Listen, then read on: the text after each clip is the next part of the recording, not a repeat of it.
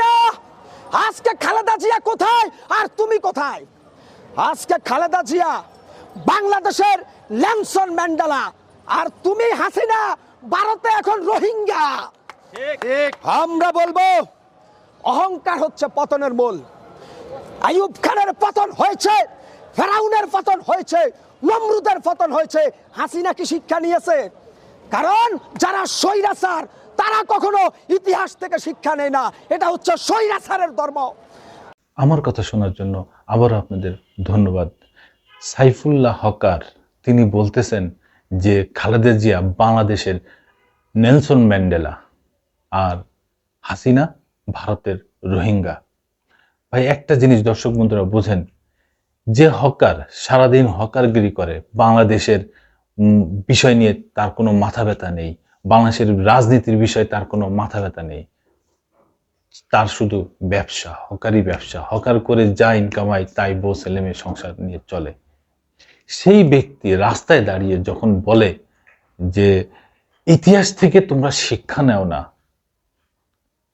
পৃথিবীতে কেউ এই পর্যন্ত এইভাবে দেশ শাসন করে কখনো টিকে থাকে নাই, হাসিনাও টিকে থাকবে না। কিন্তু হাসিনা সেটা জানে না।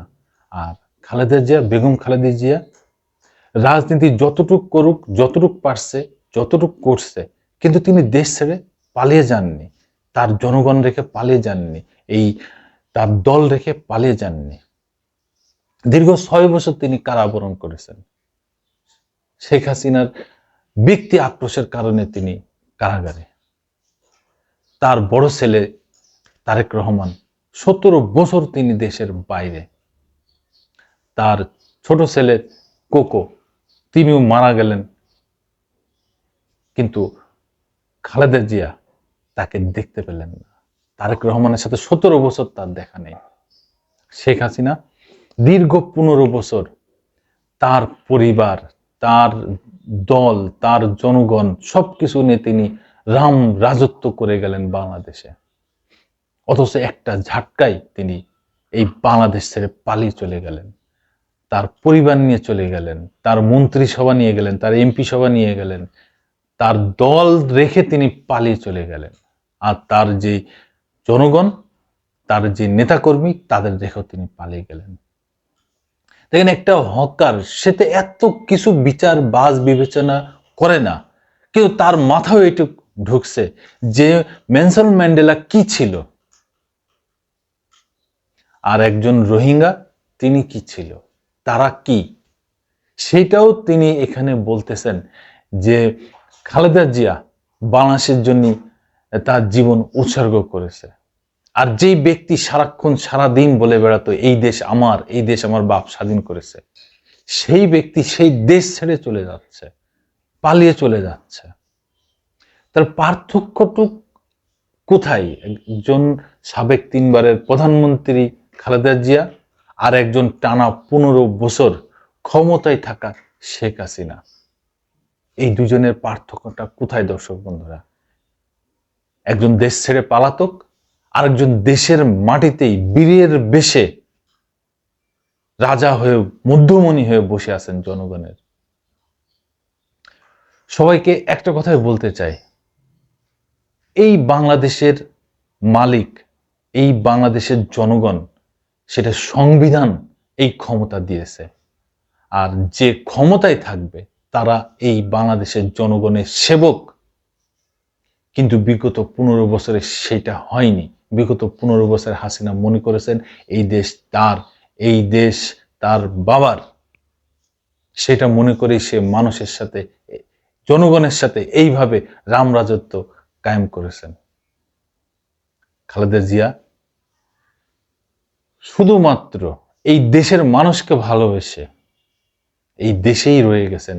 সে অনেকবার বিদেশের চিকিৎসার জন্য যেতে চেয়েছে, কিন্তু তাকে যেতে দেওয়া হয়নি। কিন্তু যারা সরকারে ছিল, সামান্য একজন মানে অল্প দামি নেতা, বাংলাদেশে তো সব নেতাদের মাননীয় করতে করতে মুখ দিয়ে ফেনা উঠে যেত, সেই নেতারাও সামান্য জ্বর ঠান্ডায়ও বিদেশে চিকিৎসা নিয়েছেন। রাষ্ট্রপতিরা তো প্রতি বছরেই বিদেশ যেতেন। তার আওয়ামী লীগের যে সেক্রেটারি, তিনিও প্রতি মাসেই সিঙ্গাপুর যেতেন চিকিৎসা করাইতে, ট্রিটমেন্ট করাইতে।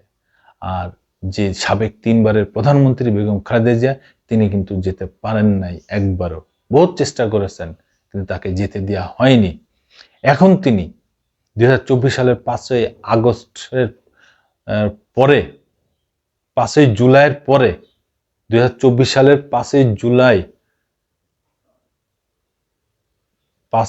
5ই জুলাই থেকে 1লা আগস্ট যে ছাত্র জনতা আন্দোলন হয়েছে, তারপরে 5ই আগস্টে যে গণ অভ্যুত্থান হয়েছে, সেই গণ অভ্যুত্থানে যে হাসিনা সরকার ক্ষমতাচ্যুত হয়েছে, তারপরে রাষ্ট্রপতির বিশেষ ক্ষমায় খালেদা জিয়া এখন মুক্ত। খালেদা জিয়া এখন মুক্ত বাতাসে ঘুরে বেড়াচ্ছেন। আর সেই টানা 15 বছরের সাবেক প্রধানমন্ত্রী হাসিনা, তিনি কোথায় হারিয়ে গেলেন রে ভাই? তার তো দেখা নেই, তার দলের দেখা নেই, তার বড় বড় সেই মাননীয় মন্ত্রীদের দেখা নেই, মাননীয় এমপি সাহেবদের দেখা নেই, যাদের প্রতিদিন টিভিতে 24 ঘন্টা যাদের সামনে না আসলে যাদের ঘুম হতো না, যাদের খাবার হজম হতো না, সেই ব্যক্তিরা এখন কেউ নেই। সব পালিয়েছে এই দেশ ছেড়ে, এই জনগণ ছেড়ে, তাদের দল ছেড়ে। কি রাজনীতিবিদ আমাদের বাংলাদেশে আমরা পেলাম!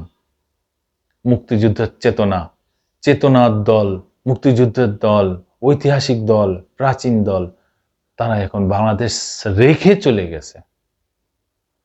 এই হচ্ছে অবস্থান। যাই হোক, এই হকার ভাইয়ের কথা শুনে খুব ভালো লাগলো যে তিনি অনুধাবন করছেন যে কে ভালো আর কে খারাপ।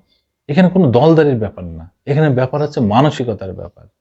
কে কতটুকু করলো দেশের জন্য, এটাই শুধু মানসিক বিবেচনার ব্যাপার। ধন্যবাদ। আবার আসবো নতুন কোনো কথা নিয়ে, নতুন কোনো ঘটনা নিয়ে। আমি প্রিন্স।